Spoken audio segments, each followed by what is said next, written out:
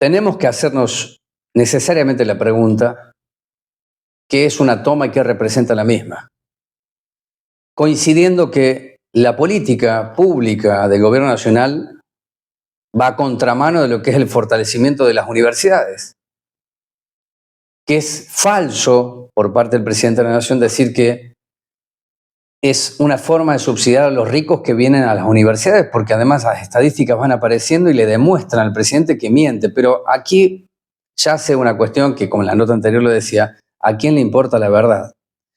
Bueno, por lo menos a nosotros nos interesa arribarnos o acercarnos a la misma y hacer esta simple consideración: si la toma o las tomas van en el camino de interpelar, impactar las definiciones de mi ley, ya no de este año, sino del año que viene, que lo debo agregar yo, es un año electoral. Por lo tanto, hay lógica por parte de la izquierda de decir, tenemos que situarnos en el crecimiento de las tomas y una unidad que organice todo el país, porque ahí abrevará una causa, y también para algún sector del peronismo. La pregunta le voy a hacer al rector Hugo Andrade, si la mayoría está dentro de esto. Porque si no, habría que pensar que además de la toma, debería necesariamente, por estos tiempos en el que estamos inmersos, considerar nuevos instrumentos para que la mayoría venga. Si la mayoría no va, bueno, quedará en una versión sectorial. Pero ¿quién escucha a esa mayoría? ¿Qué está diciendo en la no presencia, en la no participación? ¿Funcional a quién sería esa mayoría? No para señalarla o estigmatizarla, sino que hay algo que debemos comprender, que hay una crisis de representación. Y con más caos no se resuelve, aunque creo que acá hay ingenieros del caos. Presentación y venimos.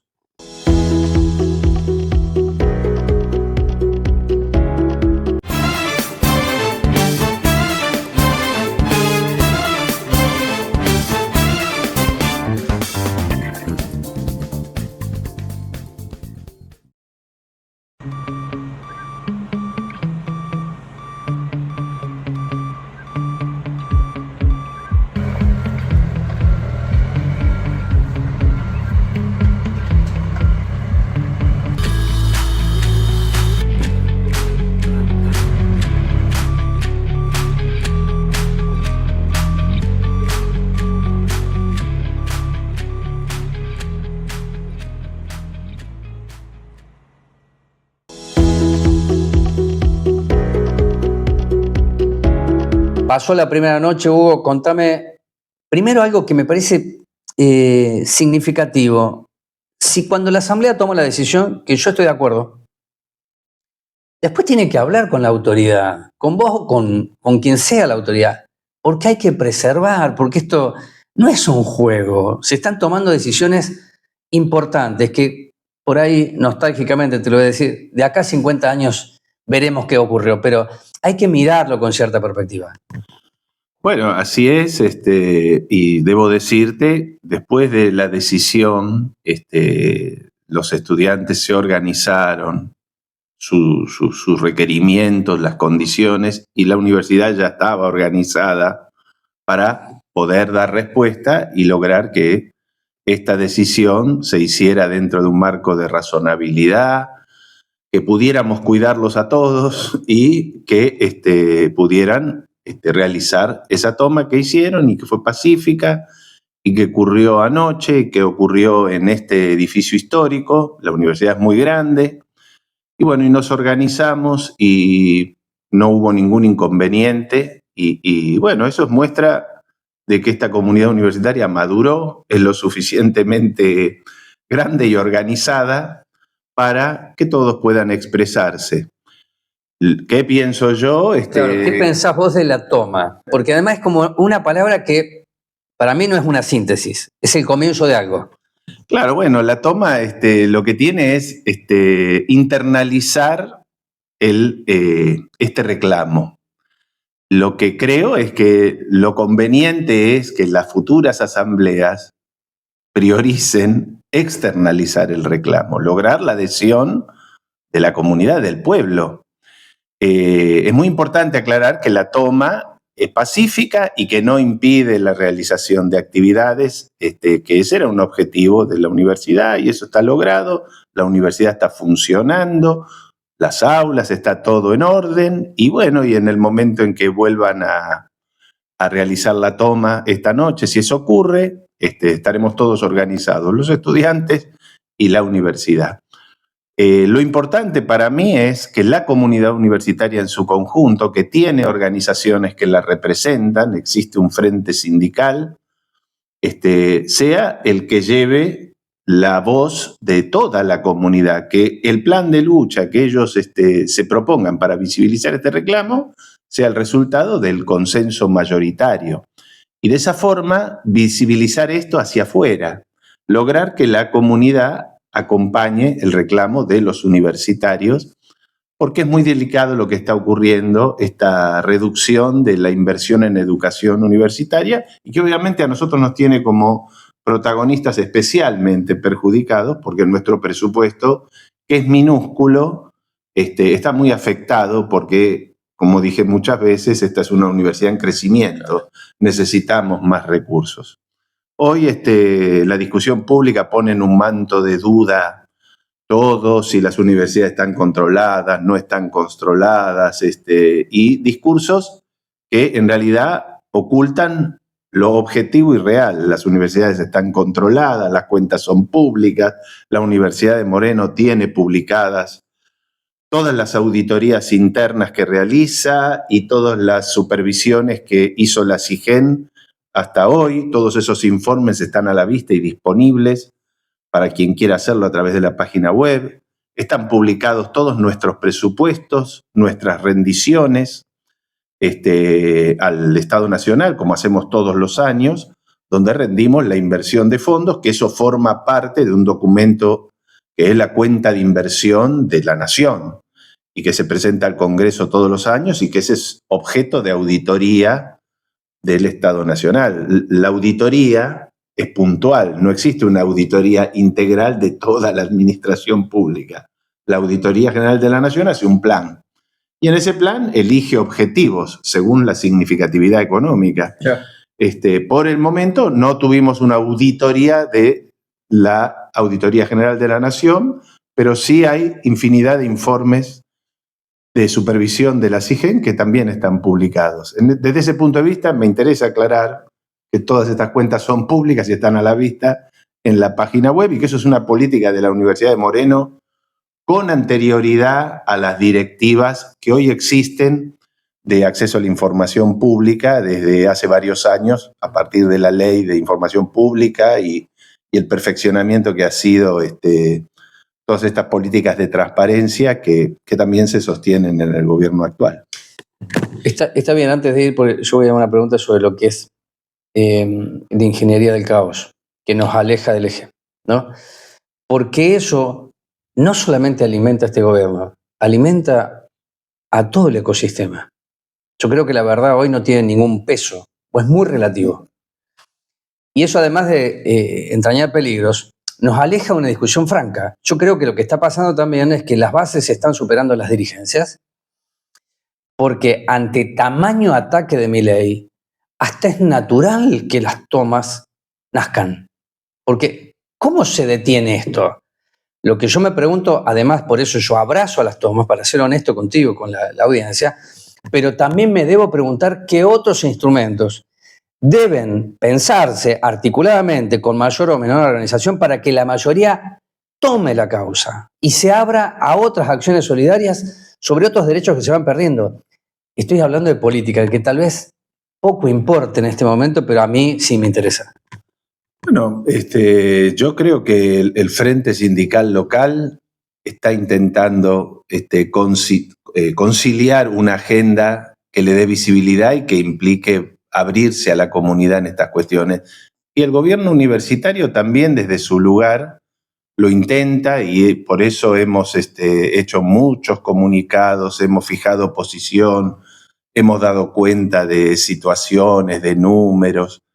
Y bueno, creo que ese es nuestro deber. Nosotros como institución intentamos dar esa información. Sé que fuimos convocados por la Asamblea para dar clases públicas sobre el presupuesto universitario, y te adelanto que sí lo haremos, y los profesores que se ocupan de esto van a hacer esas clases públicas porque es importante. Y bueno, y nos parece que si podemos contribuir a la agenda del Frente Sindical Local, es que se tomen decisiones que importen visibilizar esto y a llegar a la comunidad la situación universitaria. Y bueno, dentro de todas esas estrategias, evidentemente también son las tomas. Esta toma ha sido pacífica, ha sido coordinada con la universidad y no hemos tenido ningún inconveniente. Y bueno, espero que así sea. Desconozco el proceso cómo sigue. Sí sé que hay sucesivas asambleas por el grupo que la lidera. Y bueno, lo importante es que las medidas que se tomen tengan el consenso mayoritario, contundente, y que bueno, que eso sirva para alentar la participación. Comparto con vos que hay una mayoría silenciosa que no participa, independiente si se quiere, y que sí es la mayoría, lo que no quiere decir que no tengan posición tanto por una acción como por la otra. Sí es un hecho que todos privilegian que la universidad siga funcionando, que todo lo que se haga no importe paralizar la universidad, que ese sería el mayor daño. Y que creo que para quienes gobiernan y ven a la universidad como un lugar de adoctrinamiento, de aplicación incorrecta de fondos, de excesivos fondos de los merecidos, que debe ser arancelada, paralizar la universidad contribuiría a esta mirada negativa que hay que despejar. Y eso creo que es el consenso mayoritario de todos los que participan de las asambleas y los que no participan, docentes, estudiantes, no docentes y la comunidad misma de Moreno. Que la universidad siga abierta y funcionando en el marco de todas las luchas y los planes y las acciones que se quieran hacer. Yo recuerdo la marcha del 23 de abril, 2 preguntas finales. Después de esa marcha, que fue más grande que la última, porque hay que decirlo, eso no significa nada más ni nada menos que hay que seguir sosteniéndolo, desde mi mirada. Pero después, fíjate que el gobierno acuerda con la UBA, rápido. Y entonces yo leía los comunicados del Consejo Interuniversitario Nacional que diciendo nosotros también existimos. ¿Qué estoy diciendo con esto? Que las prácticas del poder siempre han tendido a dividir. Entonces, ¿cómo se logra la división? Si cada sector o cada universidad pelea por lo propio. La UBA peleará y tiene mucho más espalda porque ayer cumplimos 14 años de la Universidad Nacional de Moreno. La UBA tiene un poquito más, ¿no? Entonces, también hay que saber mensurar los pasos, pero para eso la información es clave. ¿Qué es lo que se juega? Para que los instrumentos después puedan llegar al mejor objetivo que vos lo estás planteando, que me parece que es lo que hoy es el sedimento más importante. Todos están de acuerdo que no se tienen que cerrar las universidades. Bueno, ¿de qué manera alimentamos ese fuego que está ahí? Bueno, hay una discusión, independientemente de que la UBA, que es la universidad de mayor tamaño, muy representativa de este sistema, indiscutida líder en la formación universitaria en la Argentina, como todas las grandes universidades.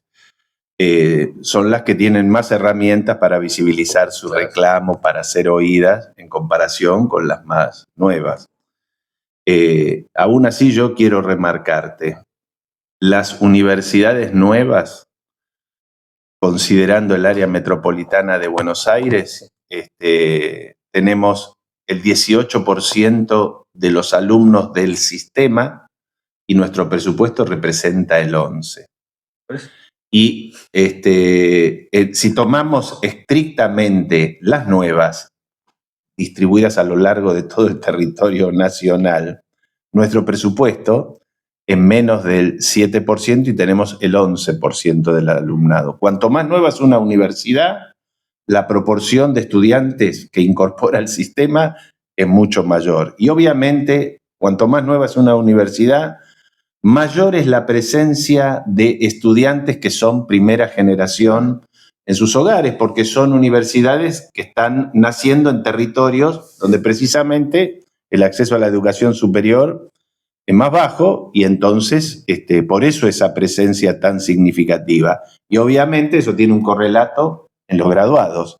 Sus graduados también son mayoritariamente de hogares donde no hay formación superior y donde los ingresos son más bajos, es decir, son pobres. Con lo cual es una falsedad cualquier discusión que quiera plantear que las universidades sobran, que hay muchas universidades, o que es una inversión, o que los pobres no llegan, o que es una inversión excesiva. Por eso es muy delicado. Significativamente, en términos económicos, esto es despreciable, lo que le cuesta al sistema educativo. Ahora, acá hay otro problema mayor. El gobierno ha dispuesto una política de reducción del presupuesto universitario, que según cómo se haga esa cuenta, puede ser hasta medio punto del PBI, ¿no? Del 1% al 0,5%. Esa proporción implica retrotraer este sistema al siglo pasado, a los años 90, cuando existía más o menos la mitad de instituciones universitarias. Para nuestra universidad, que es menos del 0,048%, menos de una décima, todavía somos más minúsculos en el peso del sistema, pero para nosotros es muy importante. La lucha es para que se priorice el gasto universitario. Hay una falsa discusión acerca de debemos establecer el recurso con que debe ser financiado porque no se pueden aumentar gastos si no se aumentan los recursos. Pues esa es la definición que debe hacer el Poder Ejecutivo. Ordenar prioridades de gastos y ordenar prioridades de recursos. ¿Quiénes son los que deben sostener los gastos públicos y cuáles son los gastos públicos prioritarios? Que yo considero, y creo que la mayoría del pueblo argentino, es el gasto en educación y dentro del gasto en educación, la universidad pública. El gobierno no privilegia ese gasto, precisamente ha hecho muestras de cuál es el único gasto que privilegia, definiendo que en el artículo 1 del presupuesto nacional, el único gasto que privilegia es el pago de intereses, para lo cual define que tiene que tener un superávit entre los recursos y el resto de los gastos que le permita gastar ese gasto considerado prioritario. Y aún en el caso que recaudara más que lo que definió de gasto y lo que se necesita de pagar de intereses de deuda, en ese caso, si recaudara más, no haría mayores gastos, sino que reduciría la carga impositiva. Es decir, que el gobierno no tiene ningún plan de aportar gasto público que implique bienes y servicios públicos para la sociedad, y sí tienen claro que va a extraer recursos de la sociedad en mayor cuantía. Todos vamos a tener que contribuir en el esfuerzo que hacemos como contribuyentes para pagar los gastos públicos y dentro de estos gastos públicos, el gasto público prioritario, que es los intereses de la deuda del Estado Nacional. Esa es la discusión y lo que le pedimos al gobierno es que reordene estas prioridades, porque hay prioridades que no pueden desentenderse. Lo mismo decimos en lo que acontece a nivel local. La prioridad de la educación en Moreno requiere que el fondo educativo se invierta en las necesidades de las escuelas, que las obras que se hagan tengan que ver con las necesidades de las escuelas y que se colabore para que la universidad pueda construir su escuela, su instituto tecnológico en su predio. Así que es el mismo requerimiento. El gobierno nacional, el gobierno municipal y el gobierno provincial es lo que le toca, porque también es parte de esta discusión, prioricen la educación pública por sobre cualquier otra razón que pudieran tener en contrario a esto, porque ese es el bien más importante y el que la sociedad además reclama, porque yo creo que este reclamo es mayoritario, no es de los universitarios ni solo una cuestión salarial. Esto te decía para que se entienda, porque la UBA tiene más peso, no estoy hablando de peso presupuestario, sino político. Yo miro lo del 23, se acordó rápido con la UBA y después ustedes tuvieron que luchar. El mensaje de unidad tiene que arrancar abajo, que yo lo veo posible, y también arriba. A eso me refería con la pregunta. Y la última es, ¿cómo te pega a vos que Milei, que hace un cambio al nombre al Centro Cultural Néstor Kirchner, ahora es Libertad Domingo Faustino Sarmiento, que pasó el sábado, hable de la casta y apunte de nuevo a los rectores, porque está apuntando ahí? ¿Y por qué te lo pregunto? Porque Álvarez, el galleguito, ¿no?, que es hijo de un emblemático hombre que estuvo en Puerta de Hierro, para quienes no lo saben, estamos hablando de Perón, en ese peronismo, él escribió un artículo, es una ponencia, en donde está diciendo lo que después Milei abraza y que también pone en discusión el sistema de autoridad, como si una universidad no fuese un gobierno. O sea, como lo hubieran cooptado y entonces como lo cooptaron ustedes, nada se puede hacer. ¿Sí? ¿Qué te pasa a vos con eso? Porque no es una pregunta personal, tiene que ver con cómo se está formateando ya ni siquiera la política. El odio es, ¿no? Y parece que nadie sale de ahí. Bueno, conozco ese estudio, ese trabajo, que es parte de una publicación, sí, donde se analiza el funcionamiento del sistema universitario. Y yo te quiero remarcar que el gobierno nacional ha ido variando en su interpretación de los cambios que aspira a hacer en el sistema universitario. Primero, se planteó el tema del adoctrinamiento, que la formación en la universidad estaba sesgada, sí, por una opinión y el gobierno entendía que tenía que tener otra, con lo cual adolecía de aquello que, digamos, observaba negativamente, porque quería imponer una mirada por sobre otra. Y bueno, eso implicaba despreciar, desconocer el sistema, cómo funciona el sistema universitario, donde se discuten ideas y que la esencia para poder discutir miradas diferentes es que exista libertad de opinión.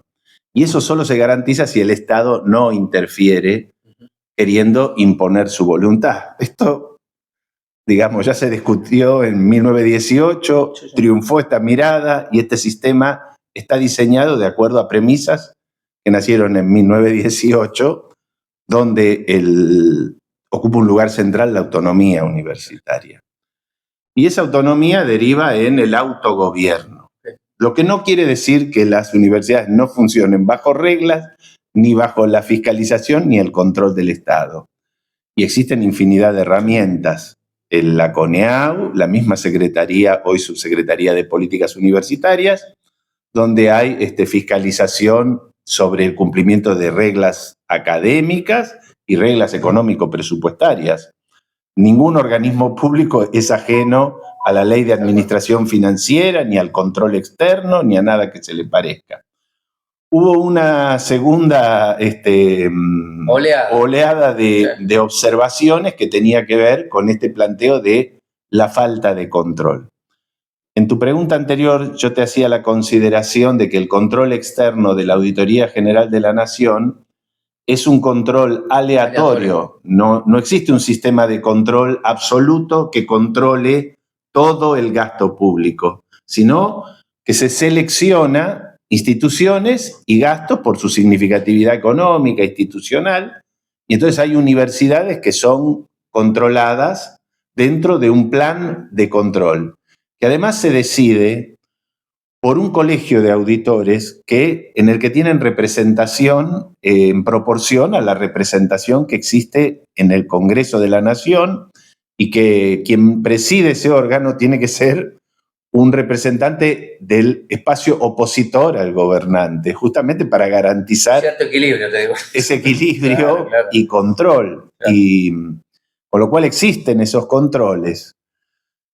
Y bueno, digamos, ahora estamos en otra etapa, que es en cómo se autogobiernan las universidades, el poder constituido, que creo que es parte también de una observación sottovoce que existe a nivel local, porque cuando discutimos la propiedad de la SPUM, de la universidad, lo que se está discutiendo es la autonomía de esta universidad. No hay otro argumento legal, ni título de propiedad, ni convenio, ni ninguna otra cuestión que avale la usurpación que realizó el municipio y la construcción de esta obra como de lugar, nada más que oponer y controlar a la universidad.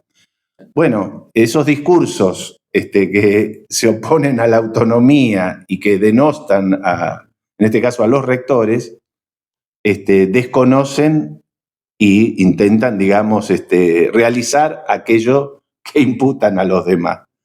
Yo creo todo lo contrario. Creo que las universidades deben ser los espacios más democráticos que existen, porque primero que todos tienen representación, voz y voto, y eso también se expresa en situaciones como esta, en la posibilidad de una toma, porque la toma no la realizan seguramente estudiantes que acompañan la gestión a las autoridades gobernantes, pero dialogamos, nos organizamos, compartimos los objetivos comunes que compartimos y los que no los compartimos, pero en un marco de respeto y de funcionamiento de las instituciones. Y hay infinidad de canales de participación y de discusión que yo creo que es más transparente, no estamos sometidos a ninguna voluntad superior de nadie, es mucho más horizontal y yo creo que es la mejor escuela de democracia de los dirigentes, ejercer la representación en la universidad, es donde se forman los dirigentes. Así que en ese sentido, siempre remarco que con nuestro trabajo, lo que hacemos cotidianamente, defender la Universidad de Moreno, es defender la formación de los dirigentes de mañana de Moreno.